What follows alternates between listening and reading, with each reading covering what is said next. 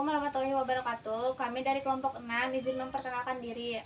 Nama saya Naupal. Saya Sofa. Saya Melani. Saya Aulia. Saya Haki. Assalamualaikum Pak, saya Aulia dan Haki bersama rekan saya yang lain dari MTS 2 Sukabumi. Kebetulan kami ditugaskan untuk wawancara. Bisakah saya meminta izin untuk meluangkan waktunya sebentar?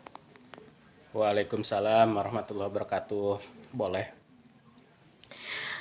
Terima kasih atas kesediaan Bapak untuk menjawab beberapa pertanyaan yang akan saya ajukan tentang sistem ekskresi pada manusia. Pertama, saya ingin menanyakan nama Bapak siapa, gelar Bapak, di mana Bapak ditugaskan bekerja.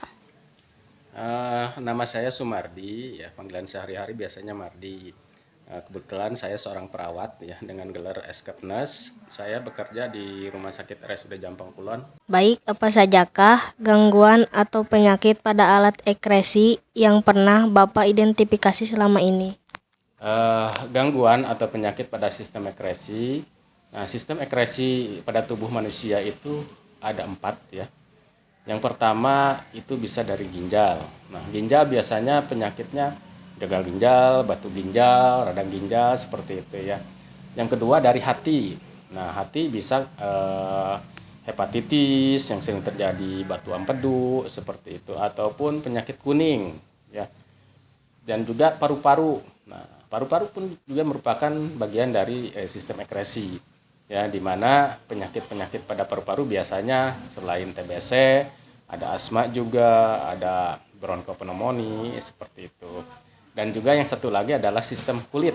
Nah, biasanya terjadi gatal-gatal, ya kadang suka ada berentus-berentus seperti itu karena adanya penumpukan kelenjar keringat. Jadi ada penyumbatan pada kelenjar keringat sehingga menyebabkan penumpukan kelenjar keringat, biang keringat.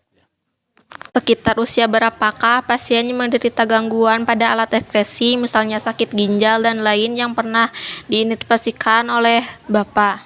Nah, untuk penyakit sistem ekskresi sebetulnya sih tidak memandang usia ya. Usia berapapun pasti bisa terkena penyakit sistem ekskresi. Bayi, anak, remaja, ya ataupun usia produktif dan juga manula itu juga bisa terserang penyakit sistem ekskresi. Jadi penyakit sistem ekskresi tidak memandang usia, kapanpun, dimanapun, wanita, laki-laki sama saja pasti akan terkena penyakit sistem ekskresi. Apakah penyebab dan gangguan pada alat ekskresi tersebut? Nah, gangguan pada alat ekskresi contoh yang tadi saya bilang untuk gagal ginjal, ya biasanya yang pertama itu karena kekurangan cairan, dehidrasi, ya sehingga menyebabkan volume darah juga berkurang. Ya, terus juga shock. Ya, shock itu karena kekurangan cairan yang sangat parah ya sehingga menyebabkan pasien tidak sadarkan diri, lemah, hipotensi. Jadi tekanan darahnya rendah. Itu sehingga menyebabkan ginjal tidak berfungsi, mengalami kerusakan dan menyebabkan gagal ginjal. Yang kedua bisa karena faktor infeksi ya, bakteri.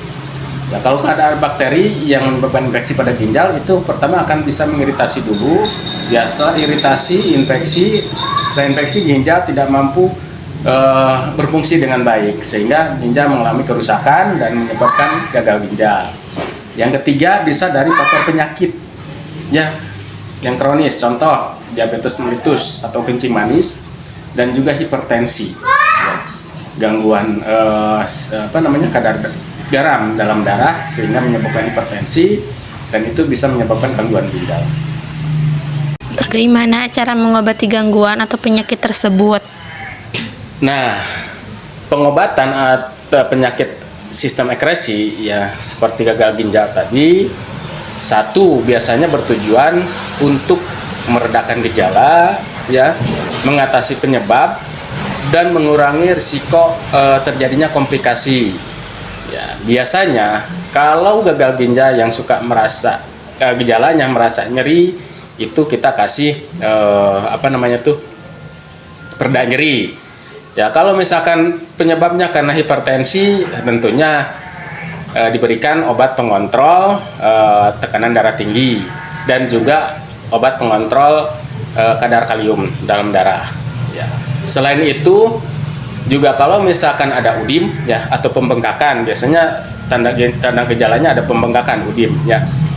Itu karena ada penumpukan cairan di interstisial ya di antara sel, dan itu harus dikeluarkan cairan itu dengan pemberian antidiuretik ya. Jadi kasih obat diuretik supaya cairannya banyak keluar. Nah, yang terakhir juga bisa kalau misalkan penyebabnya karena infeksi. Nah, itu boleh dikasih antibiotik.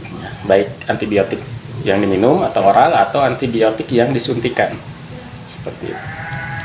Bagaimana upaya kita menjaga kesehatan agar dapat mencegah penyakit pada alat ekresi?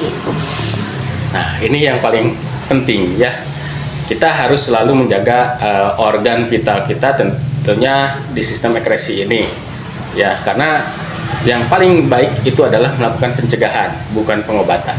Bagaimana caranya kita mencegah biar sistem alat ekresi kita sehat ya? Maka dari itu untuk sistem ekresi pada ginjal, satu, perbanyak atau banyak minum air putih ya. Banyak minum air putih yang baik ya, karena banyak ya penjual minuman air putih yang asal-asalan ya. Tentunya yang paling baik adalah air minum yang dimasak ya, itu yang jelas sudah yang terbaik. Yang kedua, atur pola makan ya, karena dari faktor makanan pun bisa menyebabkan gagal ginjal. Jadi atur pola makan, istirahat yang cukup ya. Orang yang sering begadang itu salah satu faktor bisa menyebabkan gagal ginjal, makanya istirahat yang cukup. Selanjutnya berolahraga ya, sering olahraga tentu akan membantu fungsi organ tubuh kita akan tetap baik. Batasi makanan yang mengandung garam ya, karena garam itu bisa menyebabkan tadi hipertensi ya, gangguan elektrolit tubuh kita, sehingga penumpukan garam dalam darah akan menyebabkan hipertensi. Selain itu, selain masukan garam yang bagus, juga menjaga berat badan ya. Orang-orang yang obesitas, yang kegemukan itu bisa menyebabkan gagal ginjal. Bahkan orang-orang yang kurus pun juga bisa menyebabkan gagal ginjal ya. Contohnya gangguan nutrisi ya, orang dengan gangguan nutrisi. Selain itu juga tidak boleh makan atau minum yang mengandung alkohol, juga perokok. Nah, itu juga bisa menyebabkan gangguan gagal ginjal. Seperti itu. Baik, terima kasih untuk waktu yang sudah diberikan untuk wawancara. Hari ini semoga kita dapat bertemu kembali pada kesempatan lain. Terima kasih. Wassalamualaikum warahmatullahi wabarakatuh. Sama-sama, terima kasih kembali ya. Semoga apa yang saya sampaikan bisa bermanfaat ya untuk masyarakat. Saya titip jaga dan sayangi sistem ekresi tubuh kita, jangan sampai mengalami gangguan ya. Lebih baik mencegah daripada mengobati. Oke, terima kasih. Assalamualaikum warahmatullahi wabarakatuh.